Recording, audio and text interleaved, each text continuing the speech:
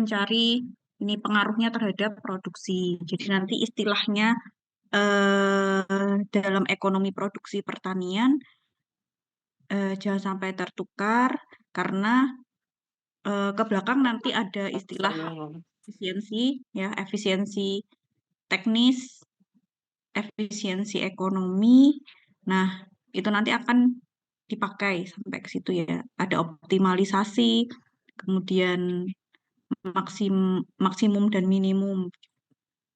Jadi kita coba untuk eh, pahami secara teori dulu ya istilah dari faktor produksi, kemudian nanti ada fungsi, walaupun nantinya eh, teman-teman akan menghitung dengan software seperti praktek dalam statistik.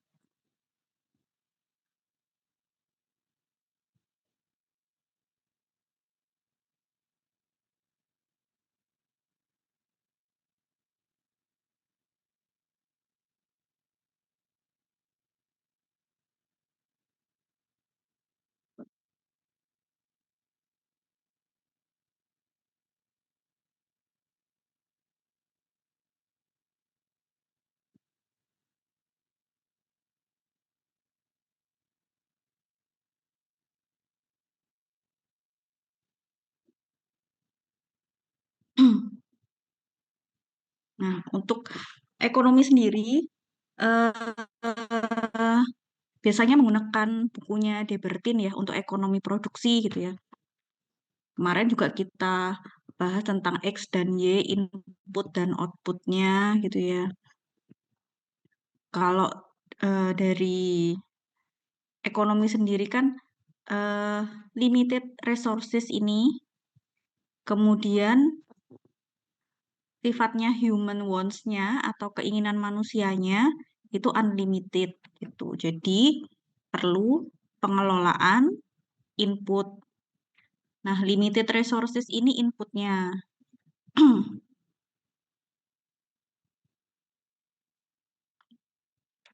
Limited resources itu akan jadi input atau X, kemudian unlimited human wants-nya itu jadi Y atau output ya.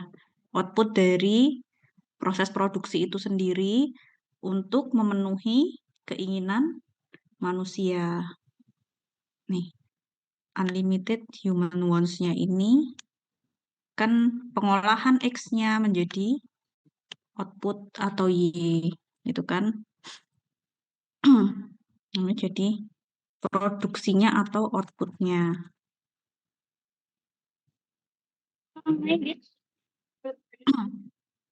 Kemudian pengertian yang lain,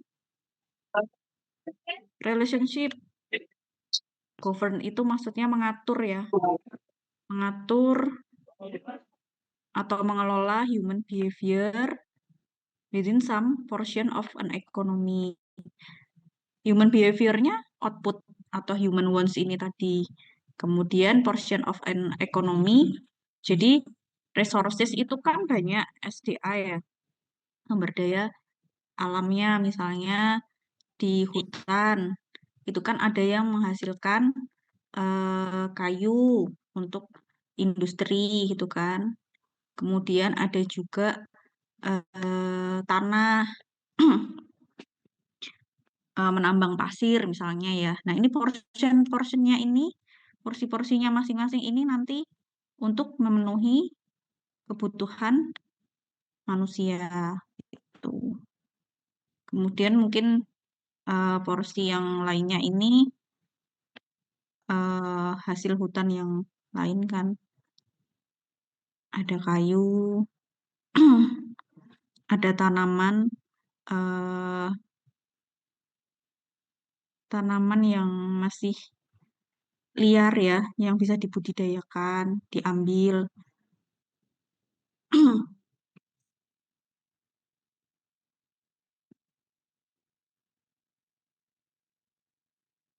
Di pengoperasian, operates, jadi mengelola, kan. Ini juga sudah kita bahas minggu lalu.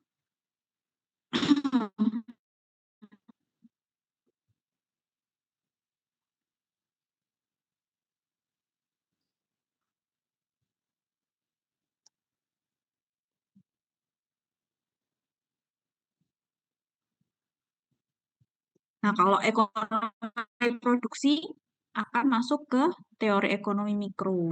Nah, kalau makro, keseluruhan tinjauan dari hubungan dampak seluruh tindakan produsen, konsumen. Nah, ini biasanya kalau ada pemerintah, berarti kan kebijakan ya. Kemudian perdagangan luar negeri. Karena di ekonomi mikro ada ekspor, impor, X dan M ini ya. Di interaksinya lebih global dan lebih luas. Tapi karena ekonomi produksi itu nanti akan ke usaha tani petani, jadi masuk ke mikro itu.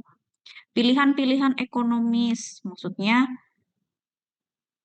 yang menjadi pilihan berarti input-input yang di petani.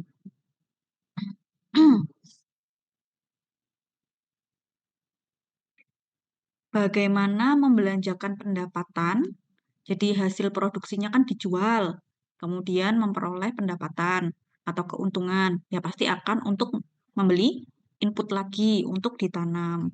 Kemudian perilaku mengalokasikan sumber daya.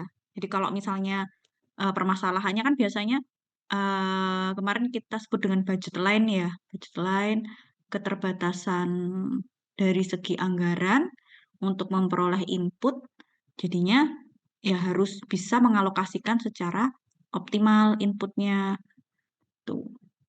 Karena nggak dapat subsidi, misalnya ya nggak dapat subsidi pupuk, anggaran yang tersedia lebih baik untuk pupuk apa aja yang jadi prioritas.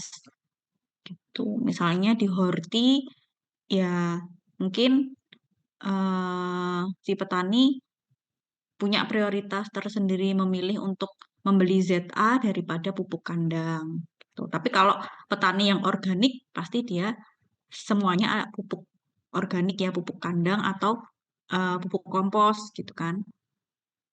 Itu punya prioritas-prioritas dikelola mana input yang eh, diutamakan atau bahkan bisa ada kemungkinan untuk semuanya dibeli tapi dengan porsi yang lebih sedikit gitu.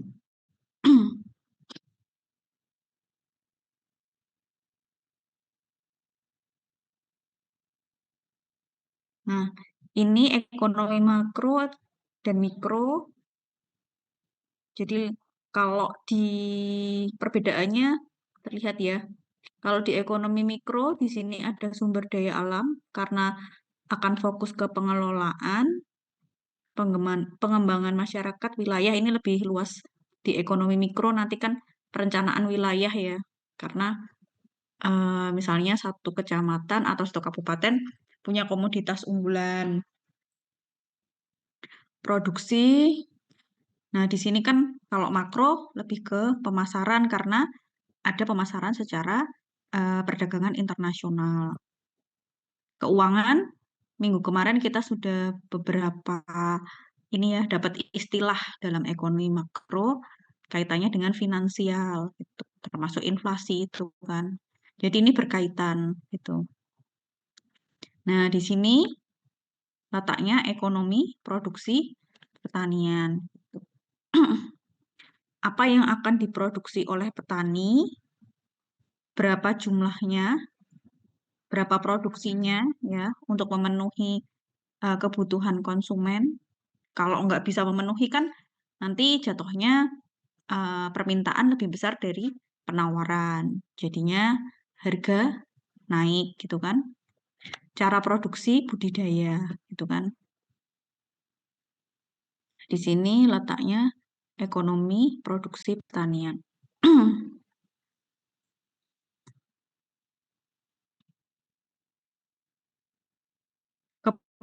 Keputusan jangka pendek ini kan bagaimana mengelola input tadi ya, mengelola, memanage, manajemen inputnya, kemudian ada resiko. Kemarin kan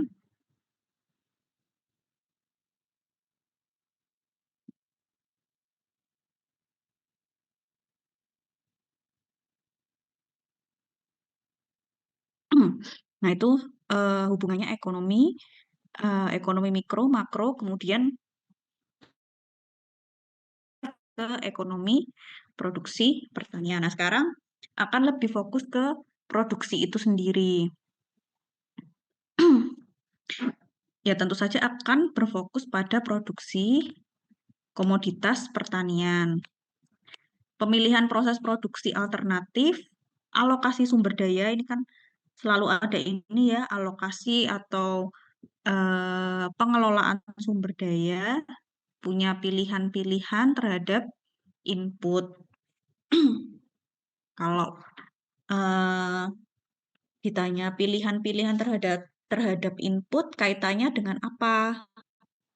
Kaitannya dengan marginal rate substitution atau MRTS. Ini kemarin udah kan di ekonomi mikro ya, marginal rate technical substitution MRTS. Jadi delta X per delta Y atau delta X1 dengan delta X2. Substitusi misalnya ZA dengan NPK. Kalau kemarin banyaknya kita bahas tenaga kerja dengan mesin. Kalau dulu mungkin eh, pembahasannya tenaga kerja manusia dengan hewan, gitu kan. Mana yang lebih efisien? MRTS itu kalau kita bicara tentang pilihan-pilihan. Kalau nanti dengar istilah efisiensi teknis, efisiensi ekonomi ya, produksi secara teknis atau produksi secara ekonomi, kalau ada dua istilah ini, teknis itu akan lebih ke kuantitas, bahas kuantitas. Jadi variabelnya itu dalam bentuk kuantitas. Jadi kalau pupuk ya dalam kilogram gitu ya. Kalau faktor kemarin yang manajemen kan ada input X ya, kemudian ada input yang manajemen atau karakteristik dari eh, petaninya gitu. Misalnya kalau dari segi manajemen pengalaman usaha tani ya berarti satuannya tahun gitu ya. Berapa tahun mendapatkan eh, pengalaman usaha tani atau pendidikan non formalnya, pelatihan-pelatihan gitu. Nah, kalau di istilah ke biaya atau cost.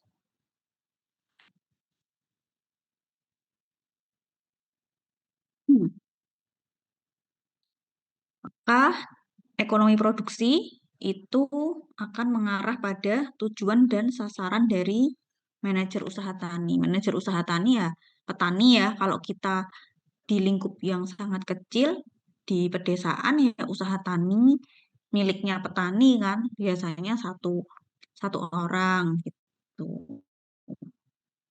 Nah, ekonomi produksi bisa diterapkan juga di bentuk organisasi. Misalnya suatu kelompok tani produksinya satu ya outputnya misalnya. Output juga nggak cuma satu kan kalau ekonomi produksi nanti tuh. Tujuannya akan produksi apa?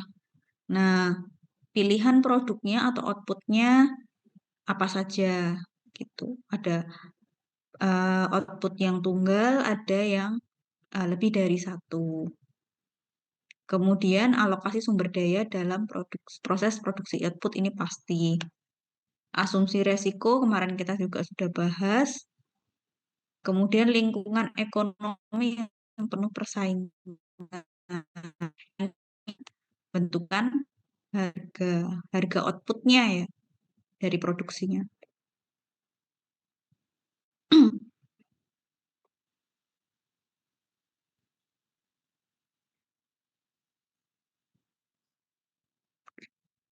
Di pengambilan keputusan itu akan mengarah pada memanage dari inputnya, kemudian menghasilkan produk apa. Tuh.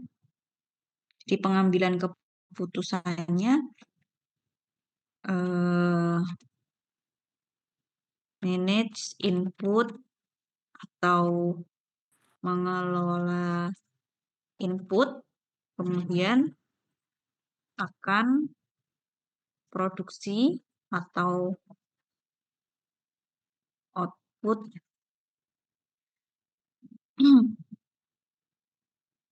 output dalam bentuk apa gitu.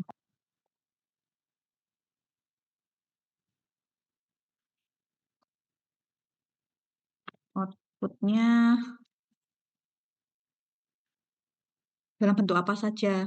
Bisa jadi kan outputnya bahan mentah atau bahan setengah jadi atau produk akhir bahan jadi.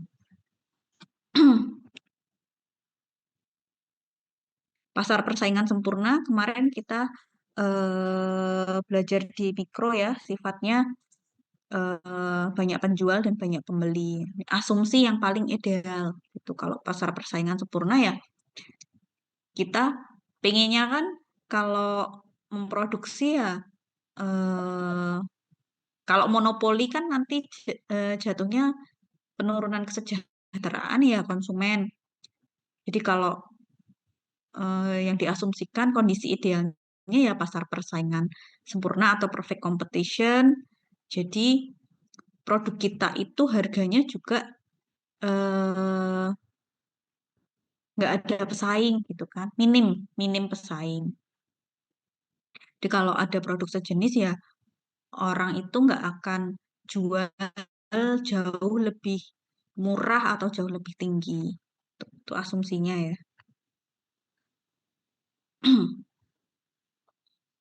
Kemudian ada asumsi yang lain, input dan output homogen.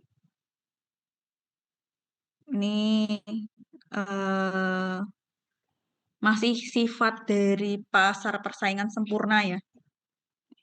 Nah, yang berbeda itu di F, fungsi penawaran dan permintaan elastis sempurna. Jadi kalau eh,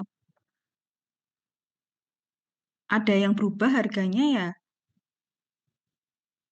permintaannya bisa berubah gitu kan.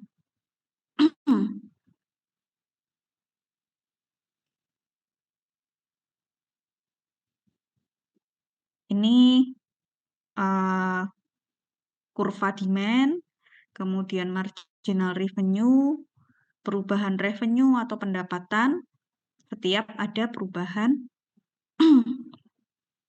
input yang digunakan.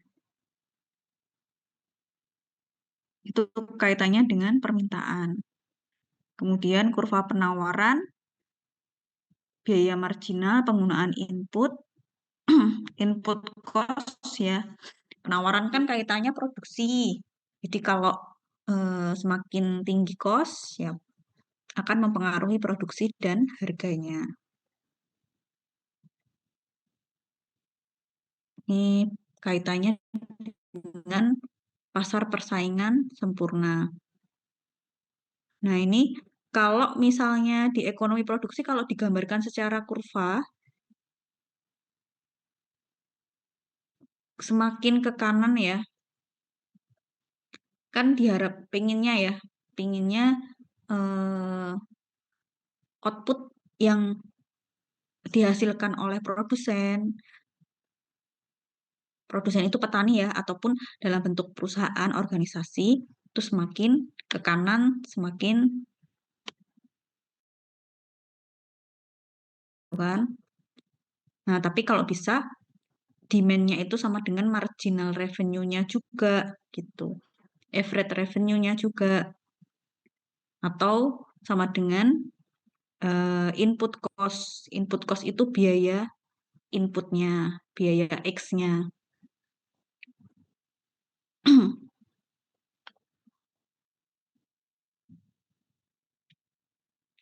Jadi kalau ada kenaikan penggunaan input, ya inputnya bertambah dari misalnya 100 kilogram jadi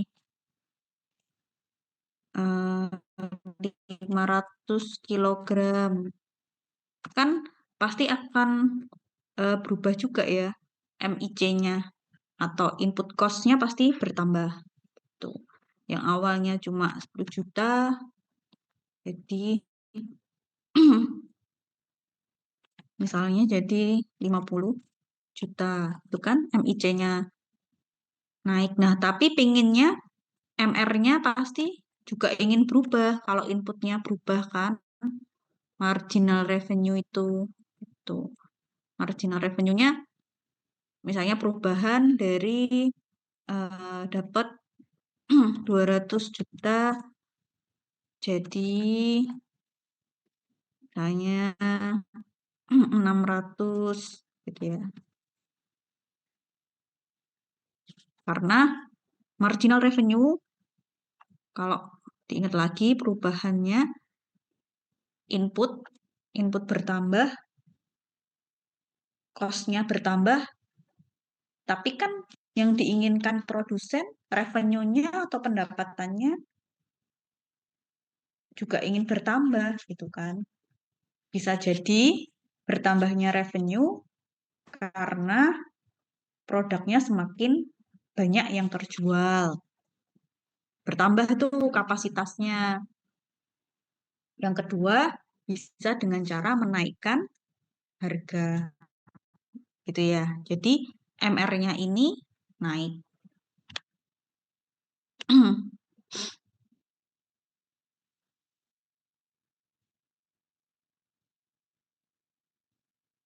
Jadi jangan sampai MR-nya malah turun gitu ya.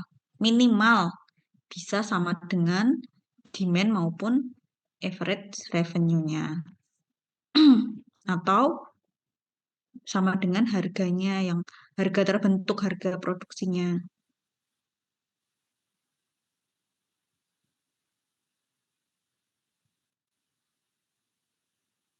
Ini asumsi-asumsi kondisi ideal kalau kita melakukan produksi dalam pertanian.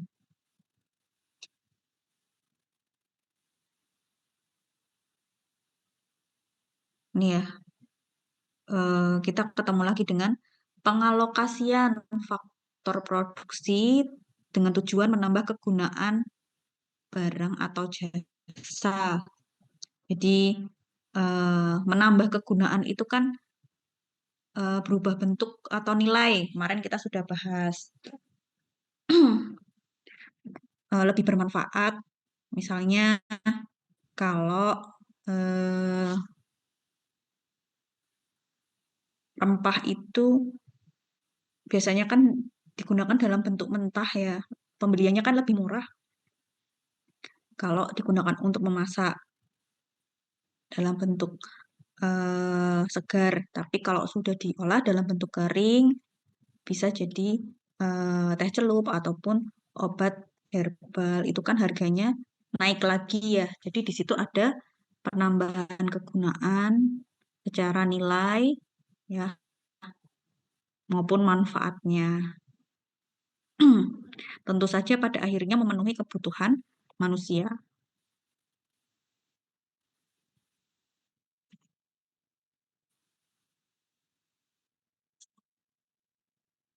Di kita kalau produksi eh, melihatnya jangan cuma di usaha tani ya. Nanti mata kuliah usaha tani beda lagi. Nanti akan lebih banyak membahas variabel, memanage cost juga ya. Tapi nggak secara fungsi kalau usaha tani. Nah, itu akan banyak membahas usaha tani di pedesaan gitu. Tapi kalau ekonomi produksi itu ada juga di skala besar, di skala perusahaan. Jadi kalau membicarakan efisiensi teknis, efisiensi ekonomi, itu nggak cuma di usaha taninya secara perorangan, tapi juga dalam skala perusahaan.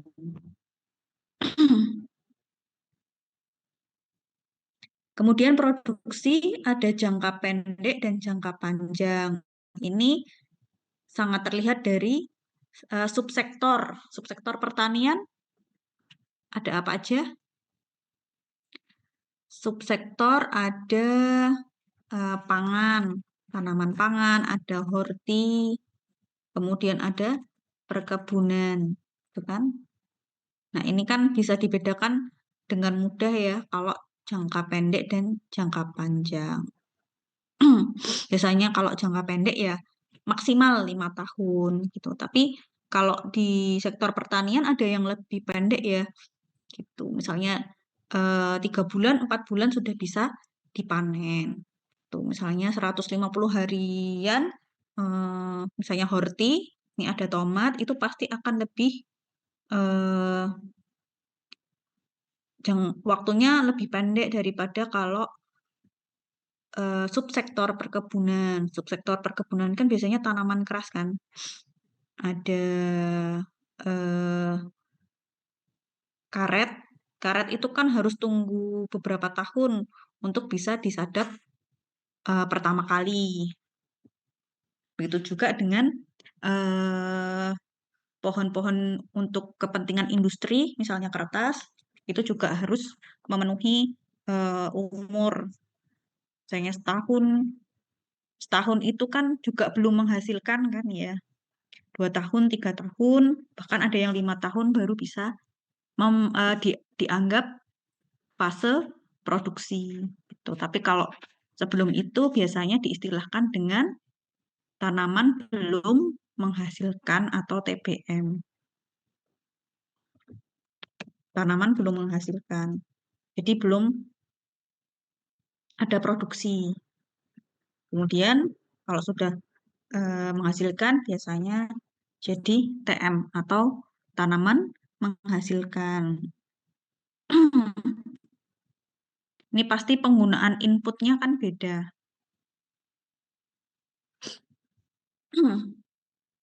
Ada yang penggunaan inputnya eh, berkala atau ada yang setiap hari gitu kan.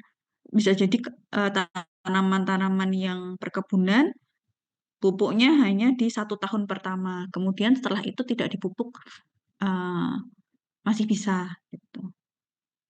Atau pengairan ya.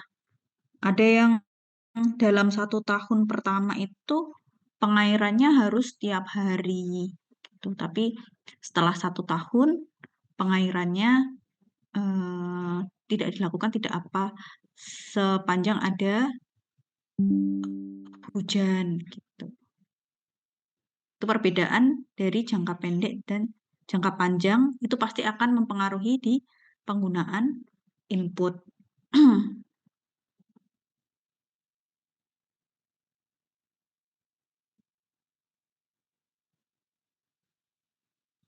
Perbedaannya juga periode produksi 1 sampai N-1 faktor produksi bersifat variabel. Tahunnya ya maksudnya.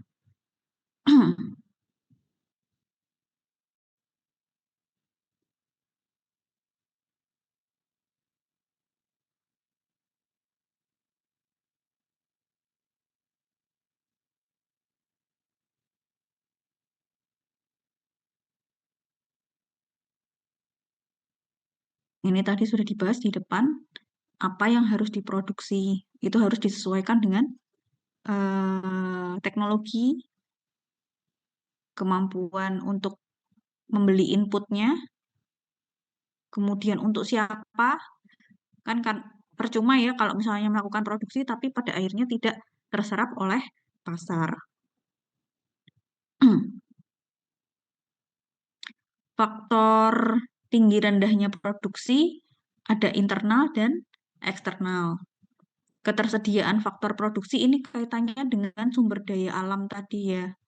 Kan ada sumber daya alam yang eh, bisa diperbaharui dan tidak diperbaharui. Tuh. Misalnya penggunaan eh, kayu tadi, kemudian kalau misalnya pupuk dari daun kering kan bisa didapatkan terus-menerus ya. Ketersediaannya terbatas atau tidak dari alam.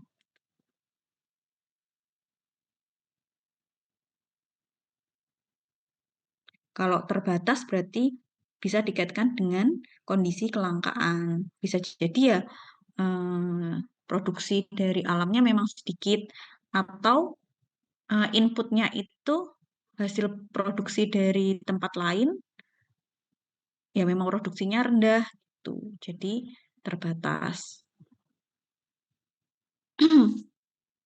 Maka proses produksi tidak dapat berjalan dengan baik kalau tidak tersedia saat dibutuhkan untuk proses produksi itu sendiri. Alokasi input setiap tahapan proses. Jadi alokasi inputnya kan tanaman belum menghasilkan dengan tanaman menghasilkan, tadi alokasi inputnya beda. Dosis pupuknya pasti akan beda. Teknologi, kemampuan produsen sendiri ya. Jadi pengetahuannya, keterampilannya, pendidikan itu kan masuk dalam internal. Biasanya kalau internal masih bisa dikendalikan ya. Kita bisa eh, melakukan penyuluhan, pendampingan ke petani, supaya manage atau alokasi inputnya tepat sesuai dengan SOP, misalnya SOP budidaya dari Kementerian Pertanian. Nah, ini biasanya yang faktor eksternal itu kurang dapat dikendalikan oleh petani maupun perusahaan. Kaitannya dengan resiko pasar dan operasional ke produksi. Biasanya kemarin kita bahas variabel U dan V ya, yang susah untuk dikendalikan itu hama penyakit, kemudian eh, cuaca atau iklim gitu kan. Tapi ada juga yang bisa eh, rekayasa cuaca gitu ya. Tapi kan butuh modal yang sangat besar. Tuh, kalau petani yang kecil, small farming, ya itu pasti masuk dalam risiko yang tidak dapat dikendalikan. Jadi dapat dikendalikan dan tidak dikendalikan tuh biasanya nanti kalau mungkin dengan Pak Jan atau bagiannya Pak Hendar ya, pengendalian resiko dalam usaha tani itu kalau masuk dalam fungsi itu simbolnya U dan V. Kemarin kita juga sudah overview ke situ ya. Kemudian kalau eksternal yang kaitannya dengan pasar, penawaran, faktor produksinya. Jadi kalau kita memproduksi dalam bentuk mentah, bahan bakunya berarti benih gitu ya. Berarti kan tersedia nggak di pasar, apalagi misalnya benih-benih yang impor gitu. Jadi itu ada eksternal, misalnya ketersediaan benih hibrida itu sangat eh, bergantung dari kebijakan tarif karena kan impor gitu. Kalau misalnya tarifnya naik, bisa jadi negara lain tidak mensuplai ke negara kita. Harga inputnya, ya kalau terjadi kelangkaan benih itu, ketersediaannya minim, ya pasti harga inputnya akan naik gitu. Jadi nanti kalau analisis, teman-teman akan ini ya membuat list petani satu harga inputnya berapa. Padahal penggunaannya bisa sama, bisa beda gitu. Penggunaan inputnya sama-sama 1 kilogram benih hibrida antara petani satu dengan petani dua. Bisa jadi nanti efisiensi secara ekonominya beda karena biayanya beda, harganya beda gitu ya. Maka biaya yang tercatat dari petani satu dan dua itu akan berbeda. Harga outputnya dan peluang pasar ini berkaitan. Jadi kalau di pasar produknya supply-nya terlalu banyak, maka harganya jatuh. Ini kalau ini fluktuasi harga ya.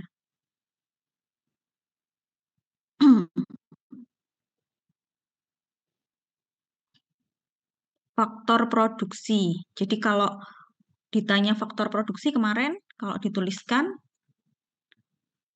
gini ya, F dalam kurung misalnya lahan, tenaga kerja, modal gitu kan,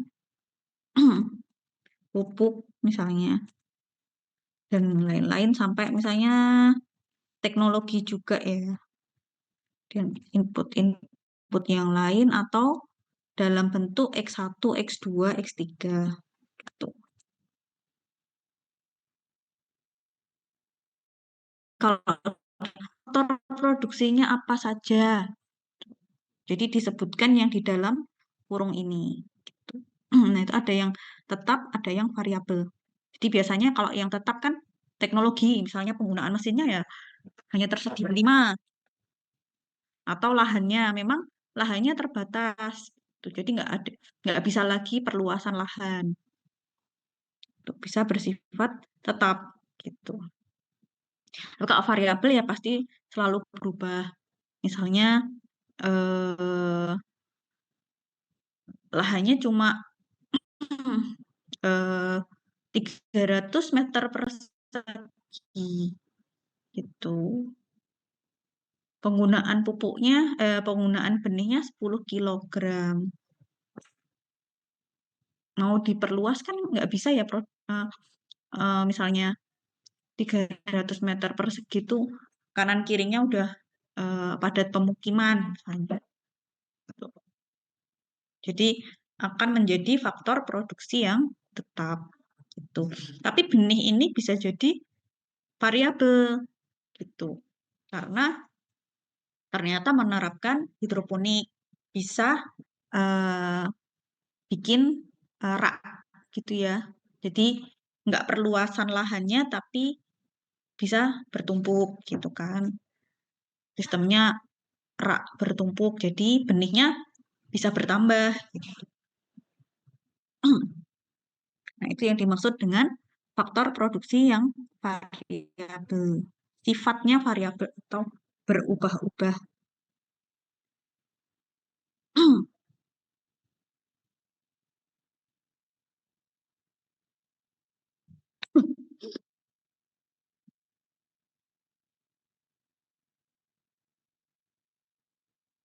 Faktor produksi, karena tadi produksi ada yang jangka pendek, jangka panjang, sekarang faktor produksi juga ada yang panjang, menengah, pendek, sangat pendek. Biasanya kalau jangka panjang itu faktor produksinya variabel.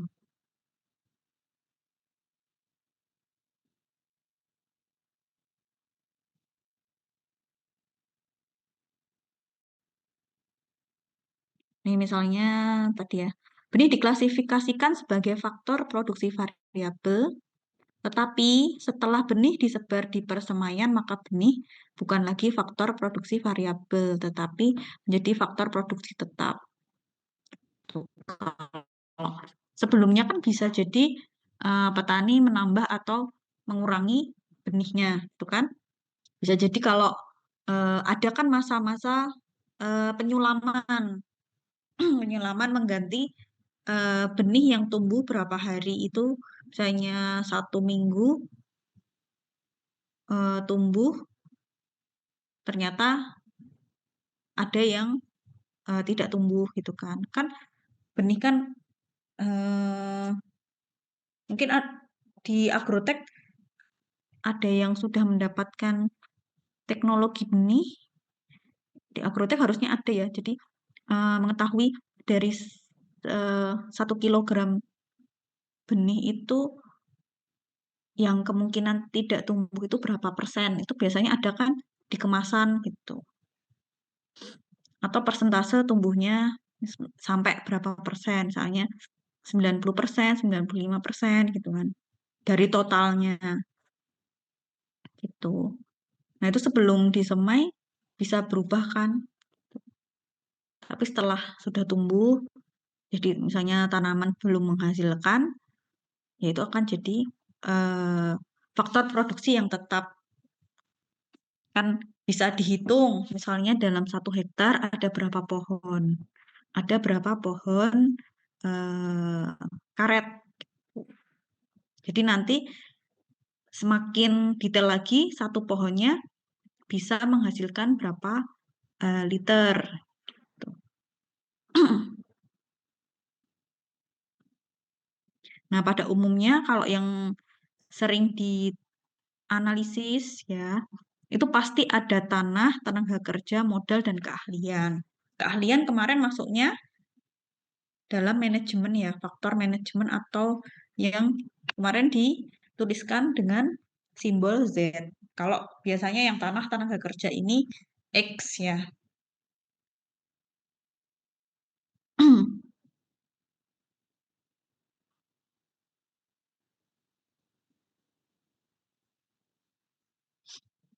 Ini yang paling umum.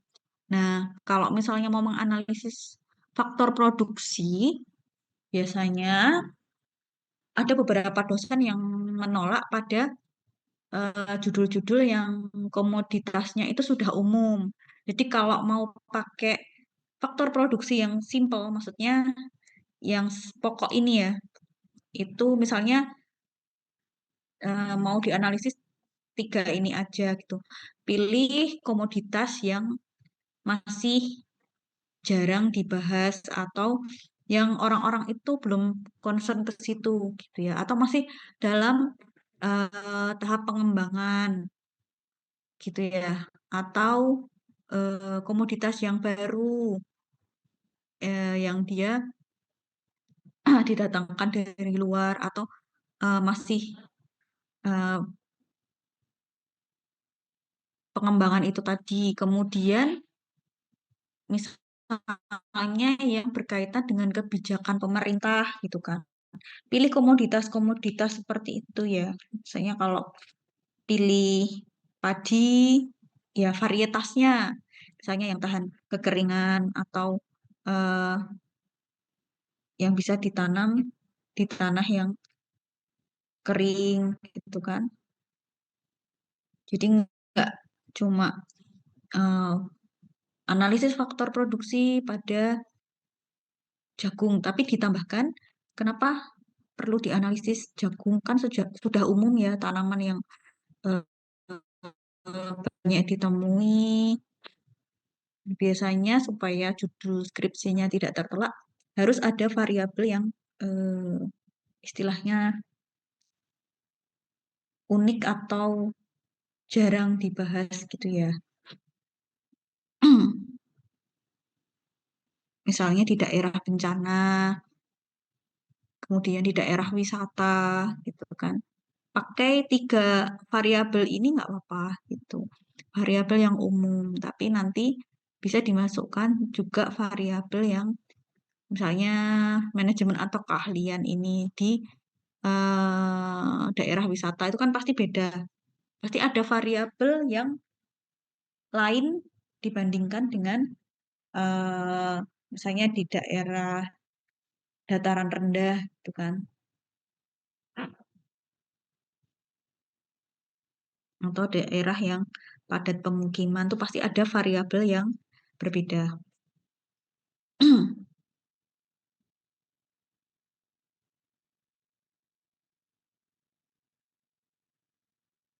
Ada tanah.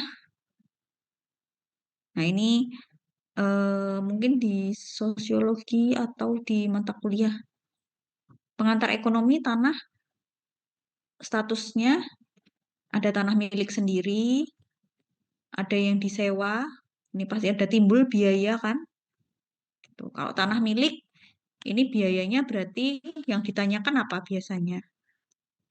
PBB, pajak bumi bangunan.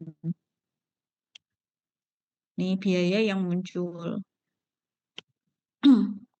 Biasanya lebih murah ya kalau cuma ada tanah di situ nggak ada bangunan. Kemudian sewa, ini biasanya yang menimbulkan perubahan revenue tadi Karena ada biaya sewa, ya revenue-nya pasti akan berkurang. Nah, ini atau sakap. Kalau ini kaitannya bukan di ini ya, bukan di secara finansial uangnya atau pendapatannya, tapi yang dianalisis biasanya kalau tanah sakap ini di produksinya. Dari produksi 1 ton itu yang dibagikan dengan perjanjian kesepakatan sama pemiliknya itu berapa. Kemudian tanah pinjam dipinjamkan ya, atau tanah milik negara. Biasanya ini ya daripada tanah itu menganggur ya lebih baik digunakan untuk produksi.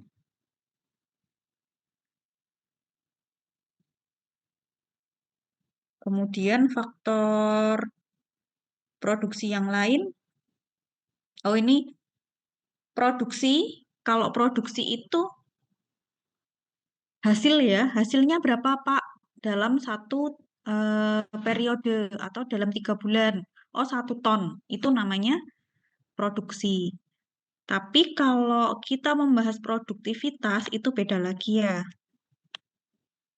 Ini yang paling gampang eh, atau sering ditanyakan itu produk yang dihasilkan ini Y-nya kan. Produk yang dihasilkan itu output. Nih, output. Kemudian jumlah faktor produksi. Istilahnya berarti kalau ada disebutkan lagi faktor produksi berarti input atau X. Nah, misalnya yang sering itu inputnya tanah. Berarti dalam 1 hektar di sini dituliskan H pangkat -1. Itu maksudnya per hektar ya. Kan biasanya eh, per 1 hektar itu. Misalnya 10 ton per hektar gini ya. Tapi di situ tertulis H hektar pangkat -1 itu artinya per hektar. Jadi 1 hektarnya produksinya berapa gitu. Kalau di sini disebutkan 3 ton gabah kering giling per 1 hektar.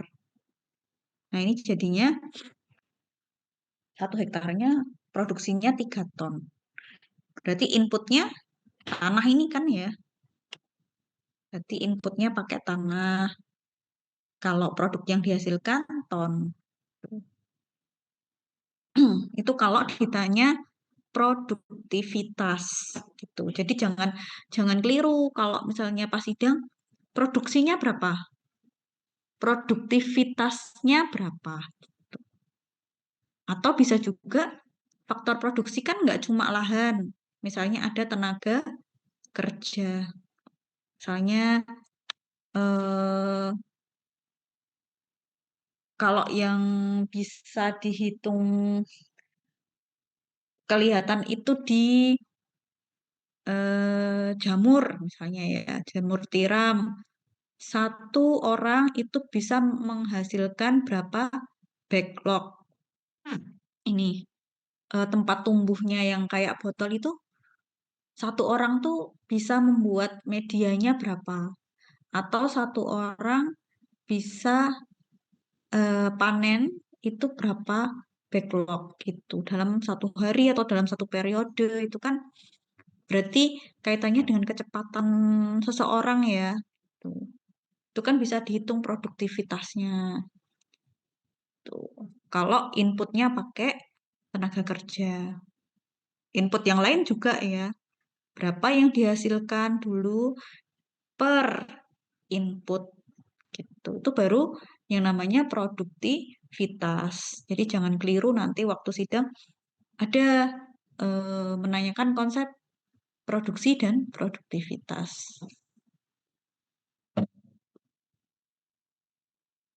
Ada yang tidak bisa membedakan dua hal itu ya, produksi sama produktivitas. Jadi harus paham konsepnya.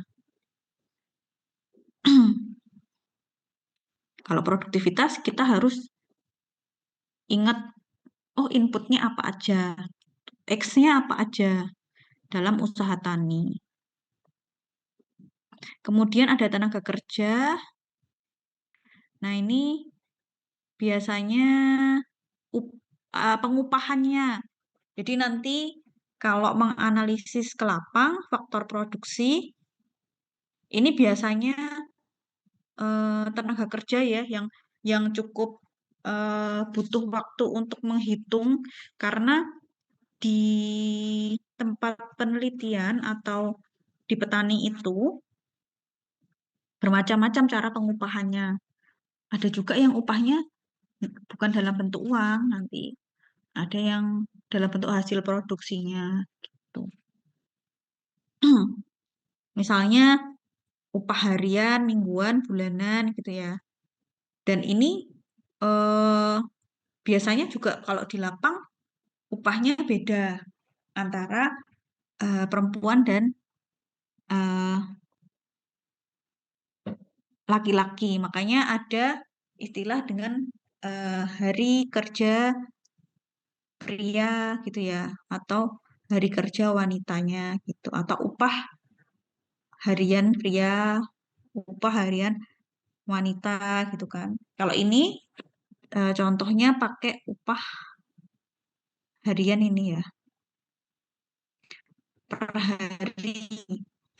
Jadi kalau pria perharinya 150.000, wanita 130.000. Ya tinggal dikalikan berapa orang yang ada di usaha tani.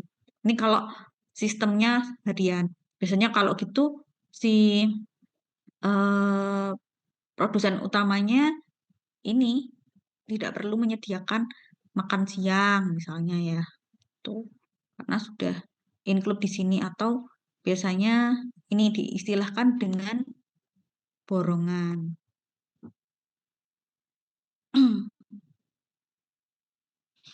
Saya ditetapkan sewa traktor pengolahan lahannya 1 juta per hektar. Jadi kalau eh, butuhnya untuk mengolah 2 hektar ya tinggal dikalikan dengan 1 hektarnya berapa gitu. Itu borongan ya. Kan sudah diperkirakan dia berarti pakai memperkirakan kira-kira 1 hektar kalau 1 juta ada sudah ada pasti pengen keuntungan kan ya. Gitu. Kemudian ada istilah upah insentif. Ini biasanya karena ada eh, lebih kerja keras gitu ya. Ada lembur gitu kan. Ada makanya dikasih bonus. Atau tadi misalnya si produsen ke tenaga kerja dalam 1 jam itu harus sudah ada atau 1 hari lah ya.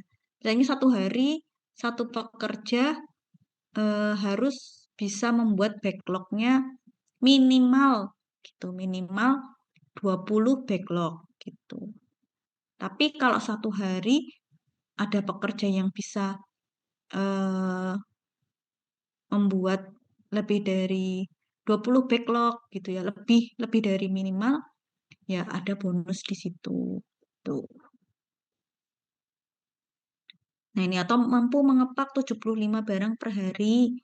Ternyata bisa 100 gitu. Berarti 25-nya ini dikalikan bonusnya. Tuh. Itu yang nanti yang harus diperjelas tanya ke produsen. Ini sistem pengupahannya tenaga kerja seperti apa gitu. Karena nanti ngaruh ke pembahasan.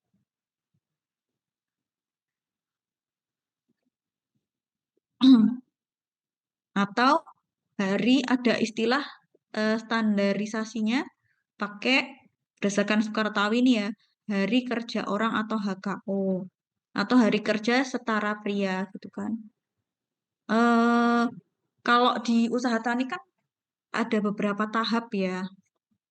Misalnya persiapan persiapan lahan ini butuh misalnya cuma 3 hari atau kurang lah ya.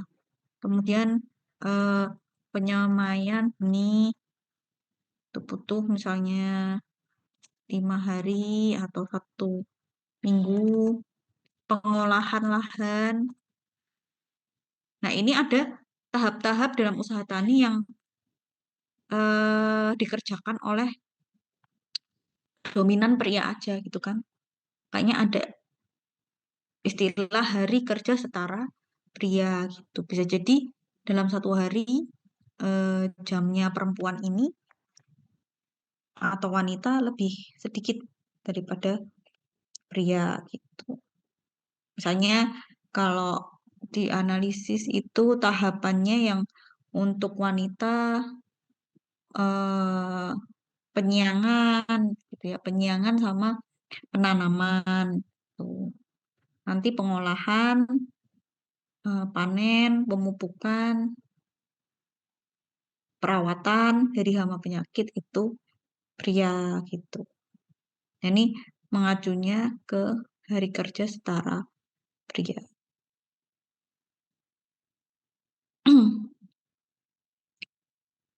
Kalau mau dipakai HKSP-nya, tapi ada pekerja wanitanya.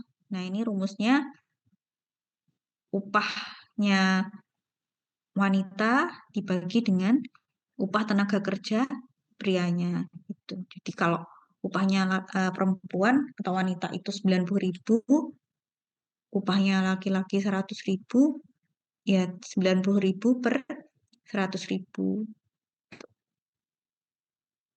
Maka konversinya HKSP-nya nggak satu tapi 0,9 ini dibagi ya. Kalau mau dikonversi ke hari kerja setara pria.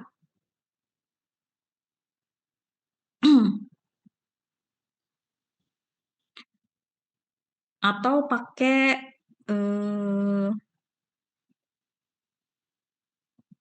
standarnya FAO. Jadi 1 tahun itu ya minimal harus 250 hari kerja orang. Nah, ini biasanya inventarisasinya jam kerja 1 hari 7 jam, ada yang 8 jam gitu ya. Jadi nanti dikonfirmasi ke produsen. Kan daerah satu dengan yang lainnya beda ya. Jadinya ditanya. Kalau biasanya 1 harinya itu berapa jam?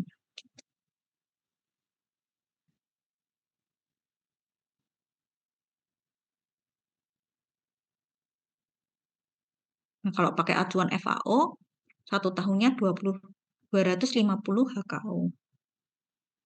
Nah, ini yang biasanya agak rumit nih ya.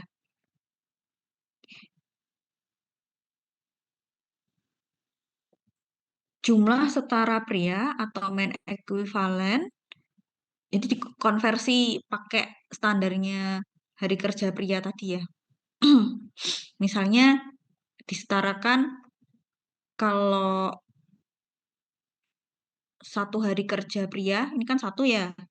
Kalau 1 hari kerja wanitanya, ternyata 0,7-nya dari hari kerja pria. Bisa jadi karena ya dia dalam 1 hari itu jamnya nggak sama dengan eh, hari kerjanya pria. Karena ini lebih besar, 2 gitu ya. Terus tenaga kerja yang masih anak-anak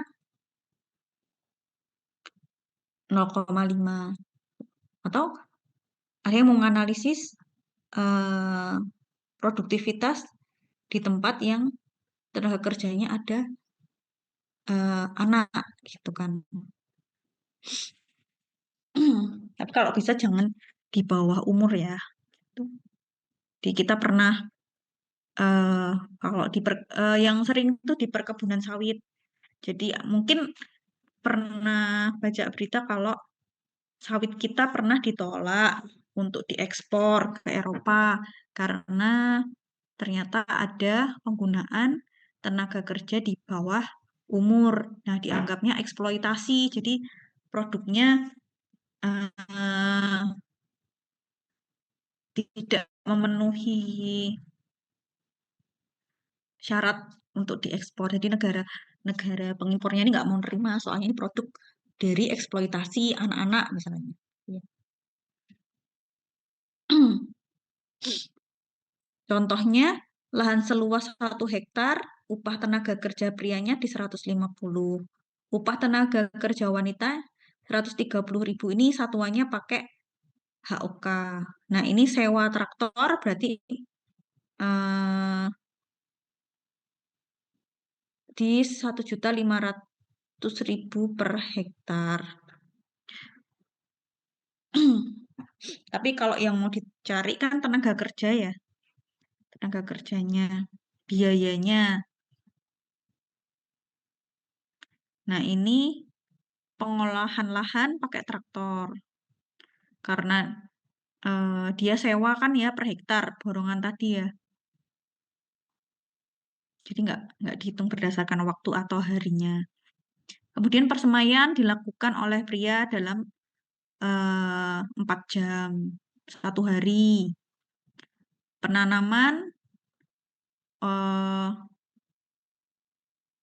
ternyata ada 2 pekerja wanita ya, yang satu 3 jam, yang satu 4 jam, yang pria 4 jam. Itu selesai dalam 1 hari dan seterusnya sampai pemeliharaan, pemanenan dan pasca panen.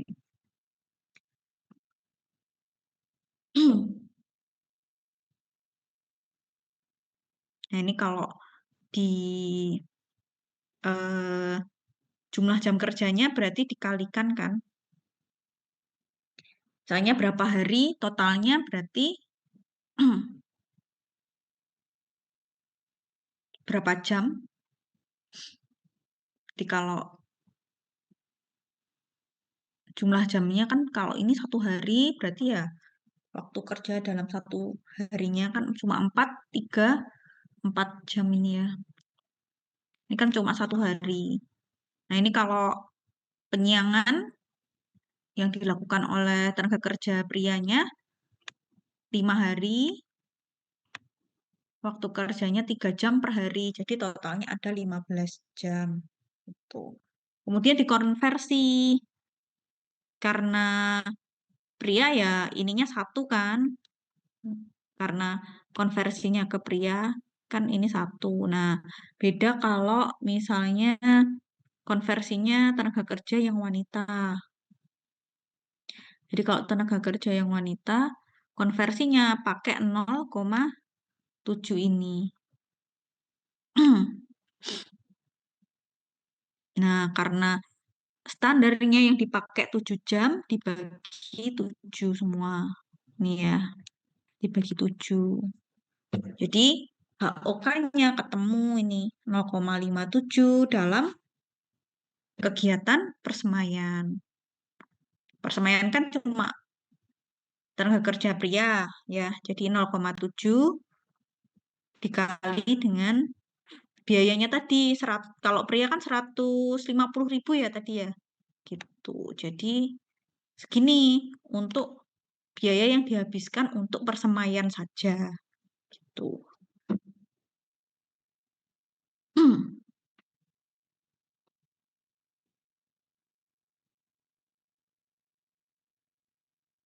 Ini kan kita akan menghitung secara detailnya biaya yang dihabiskan dalam setiap kegiatan.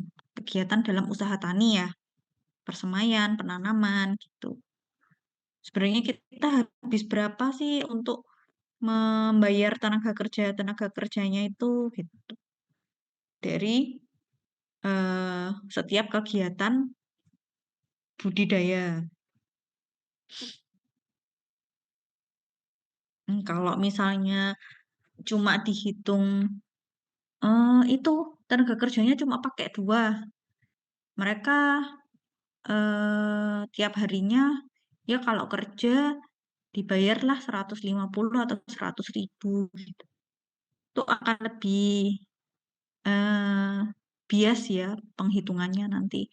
Bisa jadi dalam 1 bulan ternyata nggak full 150.000 kok gitu. Karena eh, pakainya per kegiatan dan satu kegiatan itu tidak full selesai di 8 jam, 7 jam gitu. Ternyata persemaian itu cuma butuh waktu 4 jam kok gitu. Jadi ya yang kita keluarkan kan sebenarnya nggak nyampe 150.000 harusnya ya. Itu kalau kita mau lebih detail menghitung di ekonomi produksi pertanian. Tapi kalau secara mudahnya ya di lapang eh, produsennya bayar tenaga kerja 150.000 kali 3 hari gitu. Itu akan biasanya akan terhitungnya tuh minus gitu. Ternyata tidak ada keuntungan pendapatannya karena terlalu besar pengeluarannya gitu. Padahal ternyata pengeluarannya tuh nggak nyampe 150 karena kerjanya nggak nyampe 7 jam gitu ya di satu kegiatan. Itu ini penghitungannya lebih detail. Jadi waktu kerjanya berapa jam dikali berapa hari ya kegiatannya itu dibagi dengan jam kerjanya. Di situ rata-rata orang kalau kerja tuh berapa jam sih gitu. Ada yang 8 jam misalnya jawabnya. Di sini kebanyakan kerjanya 8 jaman lah. Oh berarti ya kita pakai dibaginya nggak 7 tapi 8. Kita pakai 7 ini juga boleh gitu. Itu ya untuk tenaga kerja. Jadi besok kalau yang tertarik meneliti usaha tani, jadi tanyanya tuh harus eh, lebih detail lagi.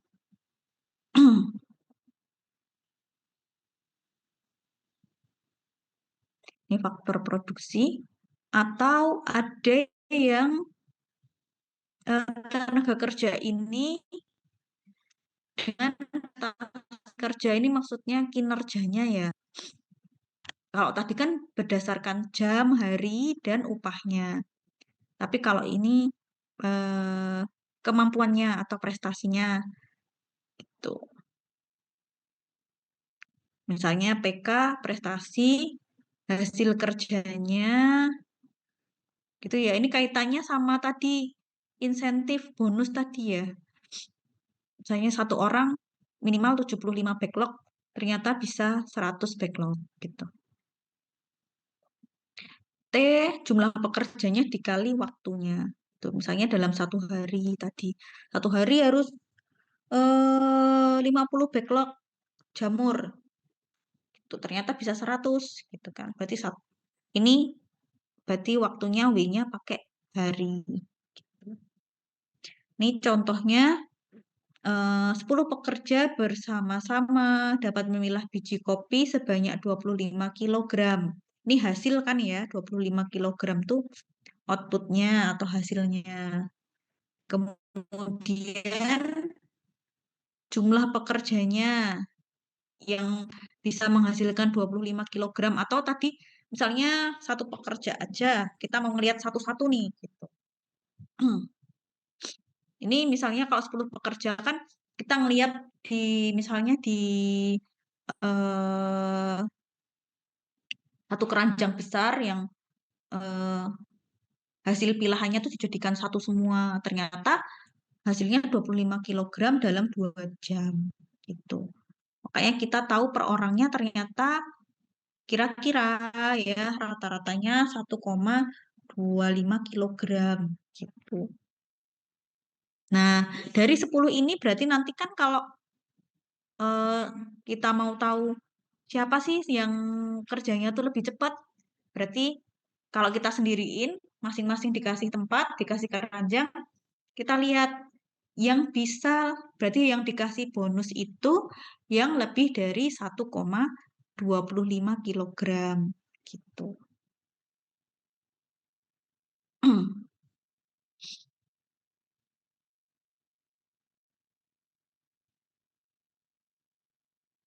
Ya, untuk menghitung 10 pekerja dulu.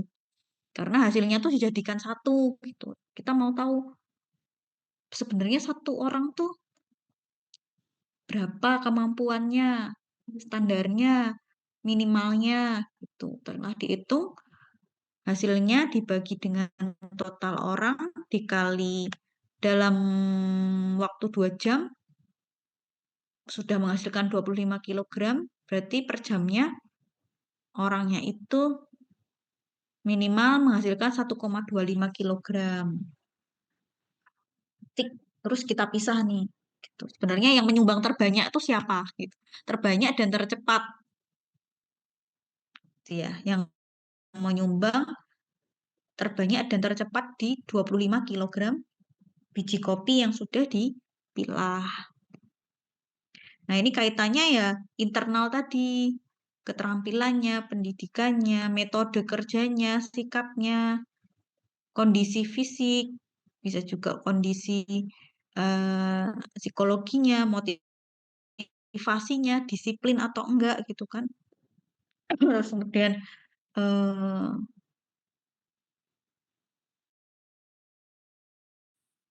fasilitas ya, fasilitas tadi.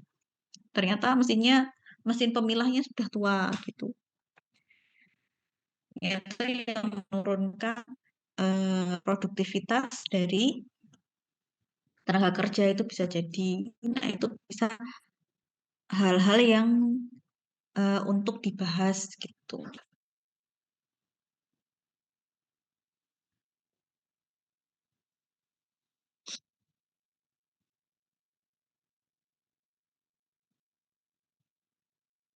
Kemudian ada modal. Modal tuh nggak kalau kita istilahkan kan seringnya modal tuh uang. Mau usaha tapi nggak ada modal gitu kan ngarahnya oh nggak ada uang gitu ya.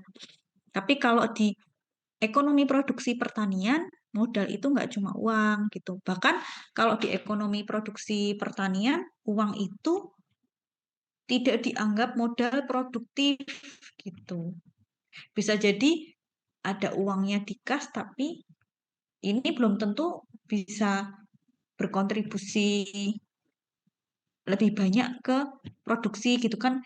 Kalau di ekonomi produksi pertanian ya kita akan banyak lihat modal itu dalam bentuk nih misalnya tanah, bangunan, alat pertanian, tanaman ternak, bahan pertanian, piutang di bank, uang tunai juga bisa kan. Tapi kalau ekonomi produksi pertanian kita akan lebih banyak faktor produksi ini gitu.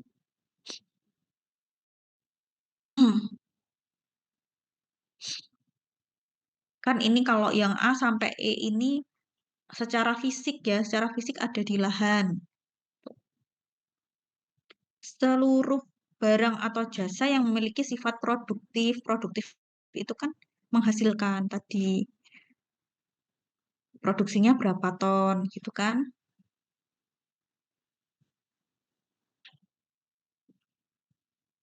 Dan penggunaannya untuk kegiatan produksi berikutnya. Kalau tanah habis panen, setelah panen dijadikan tempat untuk menanam lagi, nah itu modalnya gitu kan. Jadi kalau misalnya bisa digunakan lagi untuk berikutnya, produksi berikutnya disebut barang modal atau investasi atau barang modal real.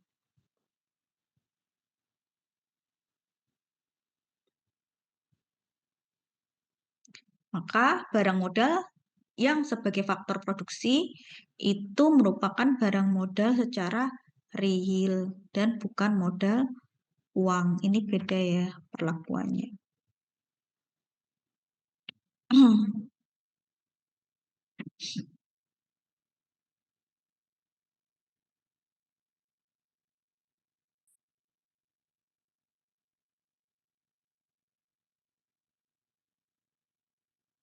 Bisa jadi uang-uang ini untuk investasi gitu.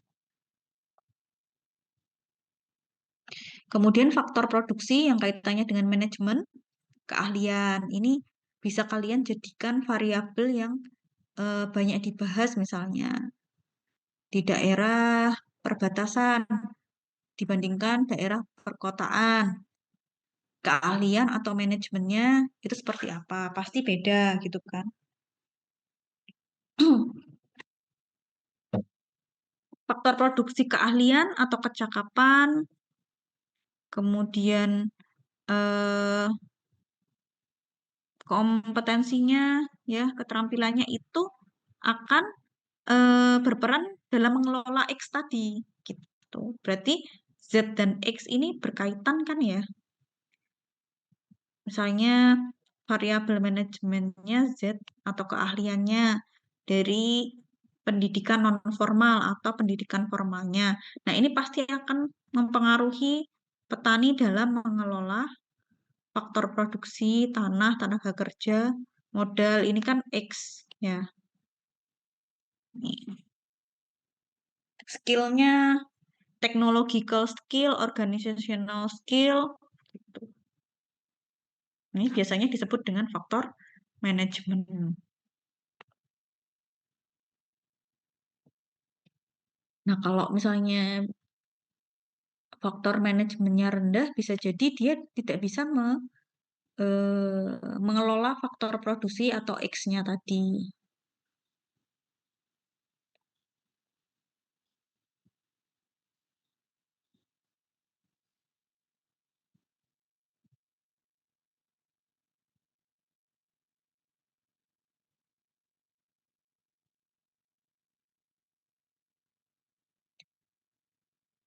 Nah, kalau faktor produksi, keahlian atau manajemen tadi itu yang paling berbeda ya, karena tidak terlihat secara fisik gitu kan. Kan kalau tanah, mesin, tenaga kerja kan bisa dilihat ya. Kalau kalau kemampuan secara manajemennya atau Z-nya ya nggak kelihatan gitu. Tapi eh, pengaruhnya ada. Ada perbedaan dalam pengelolaan inputnya tadi gitu. Itu pasti beda. Kemampuan untuk mengelola input-input dalam usaha tani atau mengelola faktor produksi. Jangan lupa ya, kalau kita bicara tentang input ya, itu faktor produksi gitu. Makanya disebut eh, faktor produksi keahlian atau manajemen tadi menjamin berlangsungnya proses produksi dengan cara mengatur penggunaan faktor produksi atau input. Nah, ini faktor produksi atau input.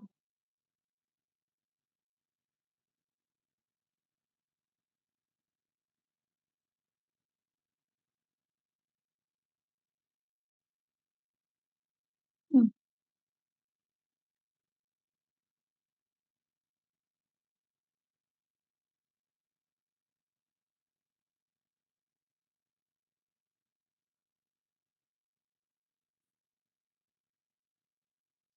Nah, itu tadi produksi dari ekonomi ya.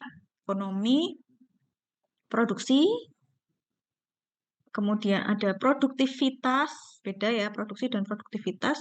Kemudian ke faktor produksi atau input atau X. Jadi jangan lupa kalau itu nanti akan terus dibahas ya sampai sampai ke belakang itu kalau faktor produksi atau X atau input gitu.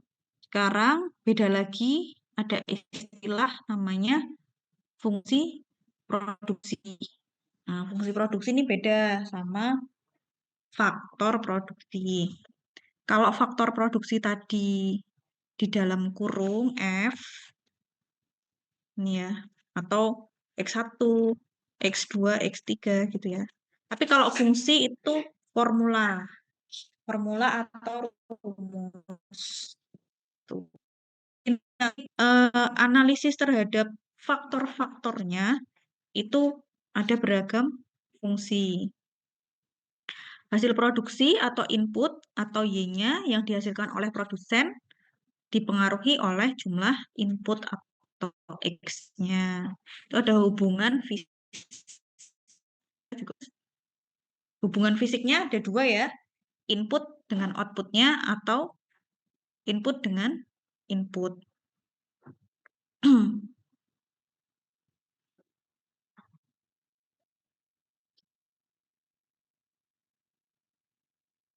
Nah, ini diingat lagi di mata kuliah statistik.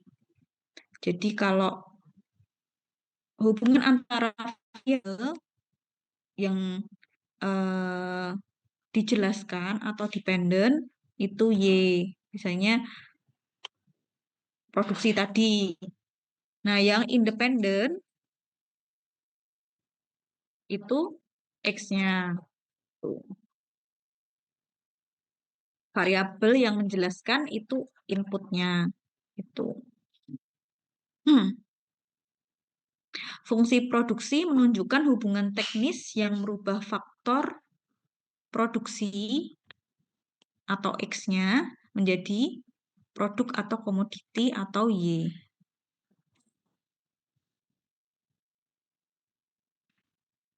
Atau biasanya fungsi produksi itu di matematik ini ya, persamaan matematik atau formulanya ini gitu. Nah, beda kan? Ini tadi faktor produksi ya, yang di sini, yang F dalam kurang X1, X2, X3. Nah, kalau sudah disebut dengan fungsi produksi itu biasanya Y sama dengan F. Nah, di sini baru X1, X2, ada Y sama dengan ini ya, ini fungsi. X3 dan seterusnya.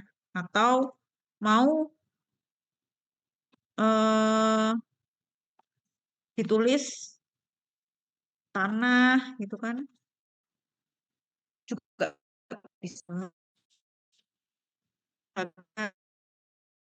gitu kan.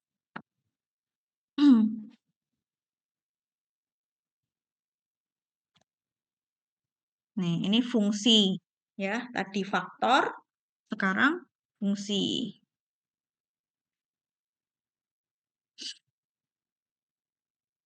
Nah, ini fungsinya nanti formulasinya eh, ada banyak bentuk gitu kan. Dan analisisnya juga beda-beda. Nanti kita secara prakteknya kalau manual ya kita cuma hitung pakai X pangkat 2 aja gitu ya. Eh, Nanti bagiannya Bu Nurul mungkin cari keuntungan maksimal. Yang kemarin kita diferensial gitu kan.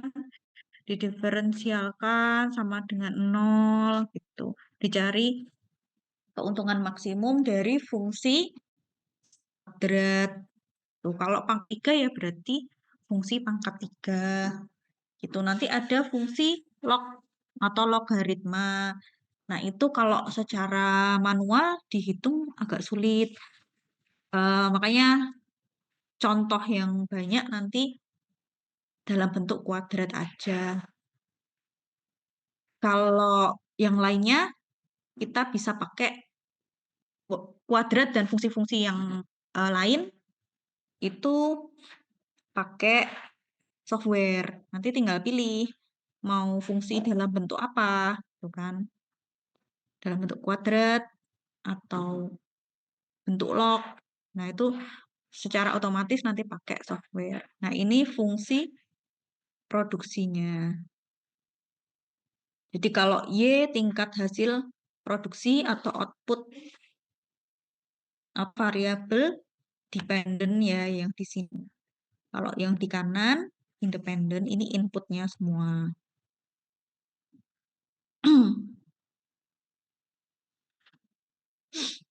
Ini satu contoh terkait dengan fungsi produksi bahwa penggunaan input jelas akan menghasilkan atau menambah output. Misalnya penggunaan pupuk sebesar 100 kg menghasilkan produksi 5 ton per hektar. 5 ton per hektar tadi produktivitas ya, jangan lupa. Saat faktor produksi yang digunakan pada tingkat nol, nggak ada. Jadi kalau pupuknya nol, ya nggak ada produksi gitu kan. Nah, tapi dalam beberapa kasus tertentu mungkin terjadi bahwa produk dihasilkan tanpa penggunaan faktor produksi. Kan harusnya kalau nggak dipupuk bisa jadi nggak tumbuh gitu kan. Kalau yang jelas nggak tumbuh ya kalau nggak ada benih ya tuh. Tapi tanpa pemupukan bisa jadi tetap tumbuh, tapi produktivitasnya turun.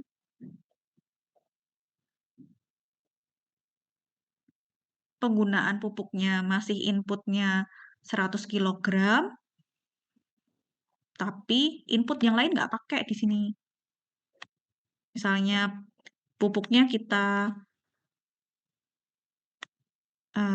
simbolkan dengan X1 ya. X1-nya 0, tapi bisa jadi Y-nya ada 3 ton. Tuh, misalnya dari bahan organik yang ada di tanah. Gitu, sisa-sisa eh, dari bagian tanaman yang membusuk gitu kan. Tetap bisa menunjang pertumbuhan tanamannya, tapi produktivitasnya turun dari 5 ton per hektar jadi 3 ton per hektar.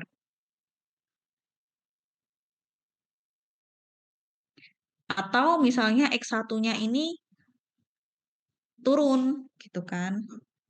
Nah, ini nanti kita analisis pakai software. Sebenarnya mana yang berpengaruh? X1-nya ketika 100 kilogram, 0 kilogram, atau bahkan misalnya di 50 kilogram.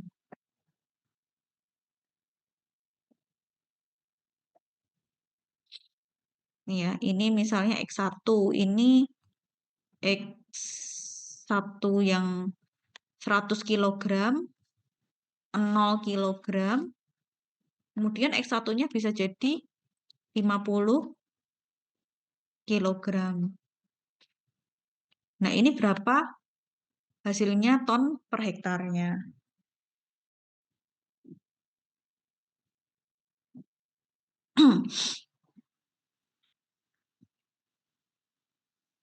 Nah, yang di subbab fungsi produksi ini yang biasanya kita akan analisis mana yang berpengaruh. Terus kemarin kita juga belajar di ekonomi mikro, mana input yang elastis dan inelastis gitu ya. Mana input yang bisa disubstitusikan. Itu di fungsi produksi ini.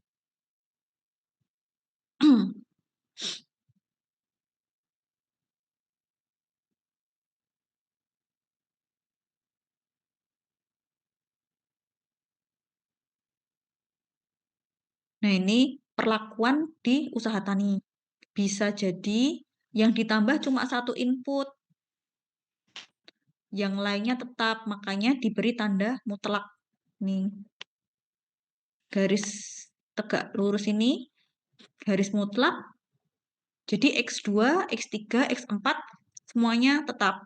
Tapi yang berubah hanya X1-nya, misalnya pupuk tadi. Benihnya tetap, tenaga kerjanya tetap, mesinnya tetap, manajemennya juga tetap, tapi pupuknya ditambah. Nah, bisa jadi kemungkinan bertambah delta Y ini. Atau perlakuan yang lain, inputnya semua ditambah.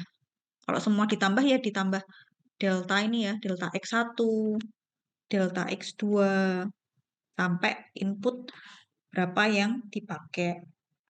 Itu menuliskan secara fungsi produksi jika ada penambahan di input maupun output. Jadi kalau ditanya eh, gimana eh, secara matematisnya atau formulanya ketika terjadi penambahan input X1 gitu. Berarti yang ini ya. Nah, kalau semuanya input ditambah berarti yang nomor 2 gitu. Nah, yang diharapkan ya Y-nya ini akan bertambah. Jadi ditulisnya tambah delta Y.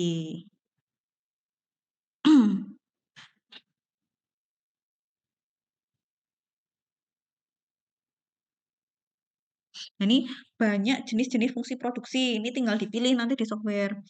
Ada yang produksi linear sederhana, ini sudah sederhana dan berganda, ini sudah dipelajari ya di statistik.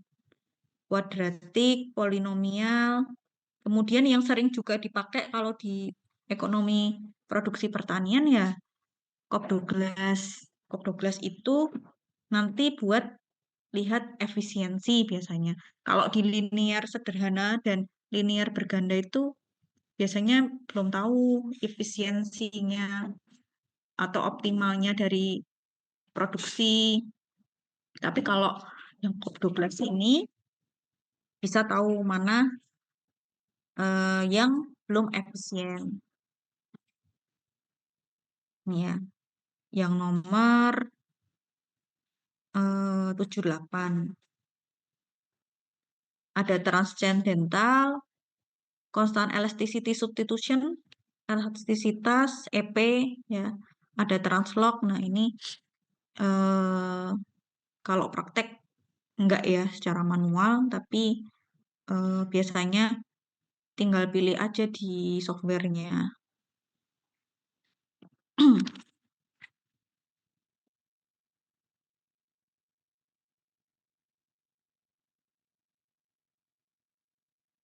Linear sederhana Y A plus BX berarti variabelnya cuma satu. Berarti produksi satu, input variabel cuma X aja nanti yang dianalisis. 1X.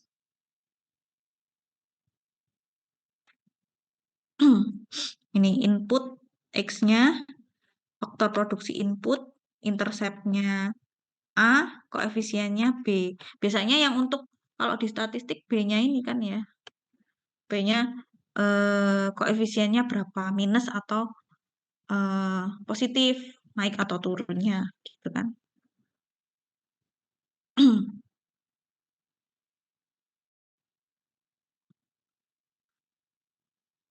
Nah, betanya ini perubahan delta Y per delta X.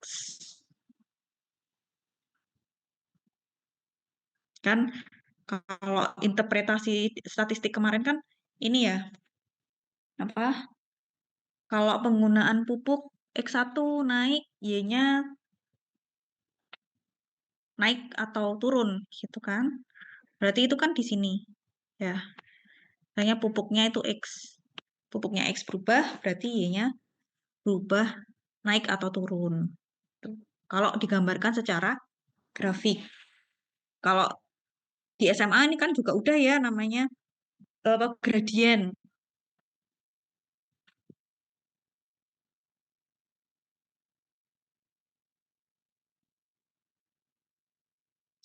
Nah, ini kalau analisis satu input, berarti kan ada Y-X-nya cuma satu ini. Misalnya pupuk X-nya ini kalau I ini responden atau petaninya.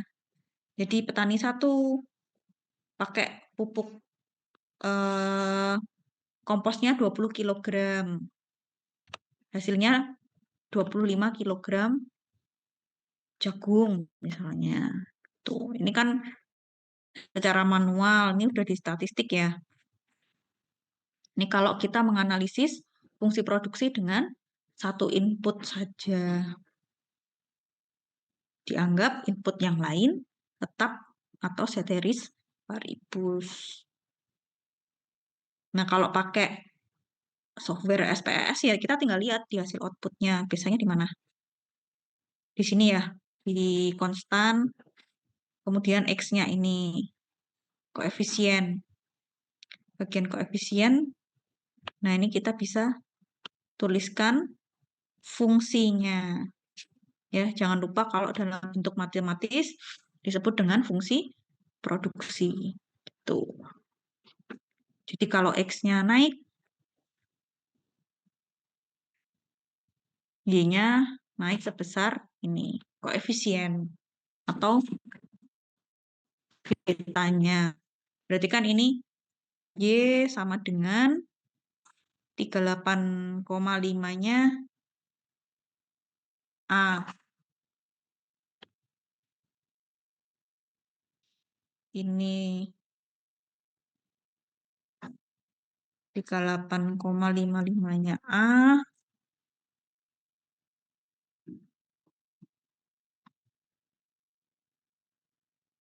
Kemudian 0,53-nya beta atau koefisien. Hmm.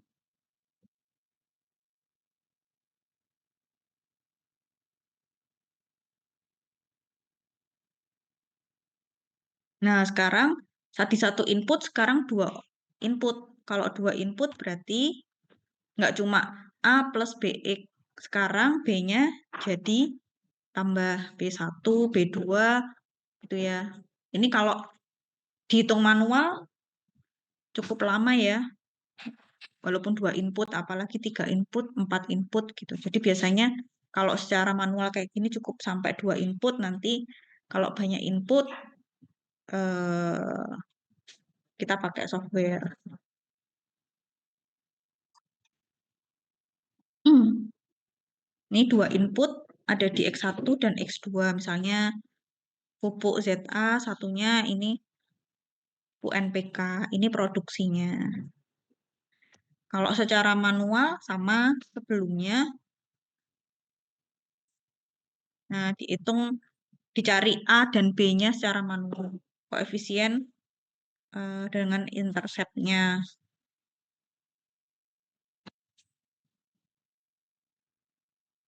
Nah, tapi kalau pakai software, kita tinggal masukkan yang bagian koefisien beta ini.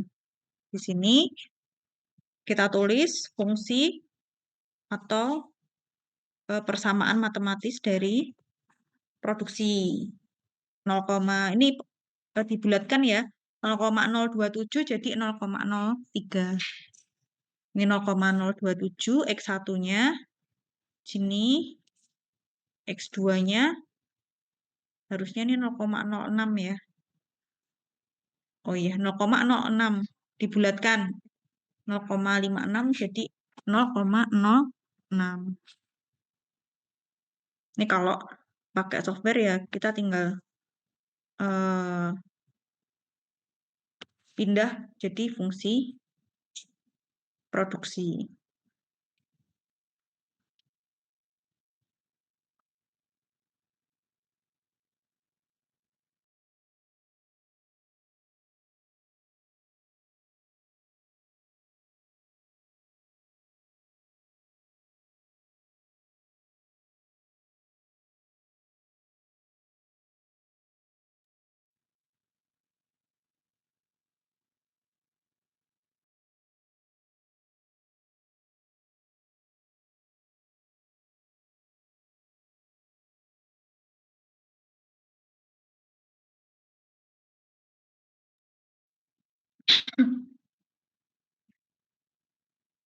Ya, tadi ada fungsi produksi linier satu input ya.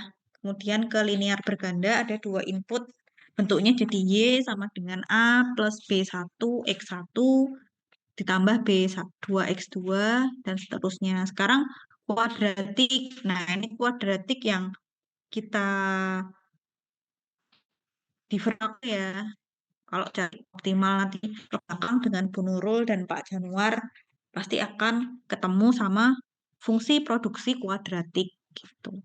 Jadi kalau suruh nulis, coba tuliskan dalam bentuk fungsi produksi kuadratik. Berarti ya harus ada kuadratnya gitu kan. Tapi kalau tuliskan dalam bentuk fungsi produksi linier gitu. Kalau satu input ya berarti ini aja kan, Y sama dengan A plus BX gitu. Jadi jangan keliru ya kalau fungsi, jadi harus siap nulis persamaannya. Tapi kalau faktor, faktornya apa aja gitu. Faktornya mana? Kalau faktor berarti harus disebutkan inputnya apa aja tadi. Gitu. Kalau fungsi dalam bentuk persamaan. Kalau ini biasanya hanya ditanyakan dasar teorinya ya, nggak. Kalau di sidang skripsi ya nggak disuruh ngitung secara manual gitu.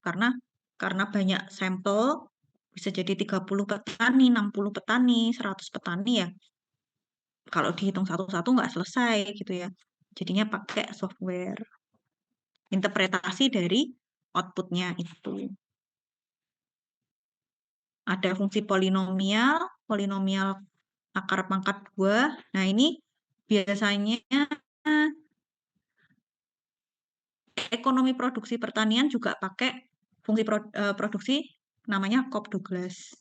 Cobb-Douglas ini dalam bentuk log, tapi fungsinya pangkat gini ya.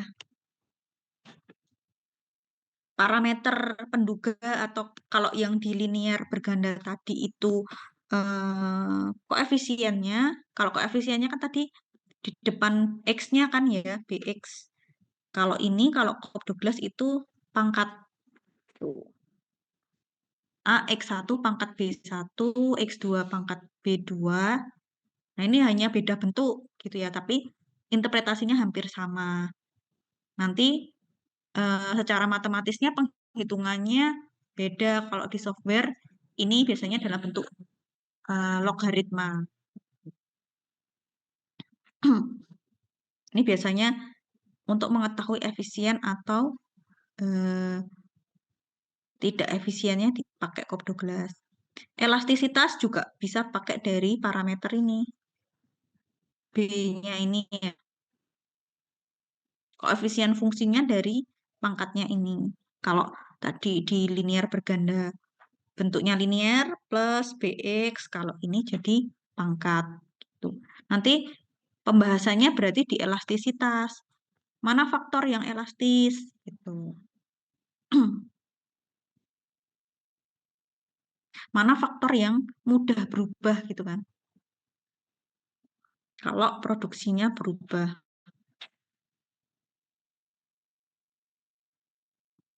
Nah, ini bentuk matematisnya jadi bentuk logaritma. Itu ya. Biasanya untuk mencari elastisitas faktor produksi. Kayak tadi tanah biasanya tidak elastis kan ya, karena tanahnya nggak bisa diperluas lagi. Kalau pupuk sama benihnya masih bisa ditambah atau bahkan dikurangi gitu kan ya.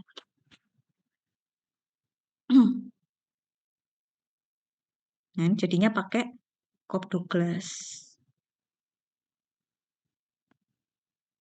Oke, sampai di sini dulu ya. Ada tadi ada produksi, ekonomi, produksi, kemudian produktivitas, faktor produksi dan fungsi produksi itu jangan sampai tertukar. Biasanya itu akan ditanyakan. Bagaimana perilaku petani dalam mengelola faktor produksi? Berarti kan mengelola benih, pupuk, tenaga kerja gitu. Tapi kalau pengaruhnya eh, faktor produksi, berarti dianalisis pakai fungsi produksi.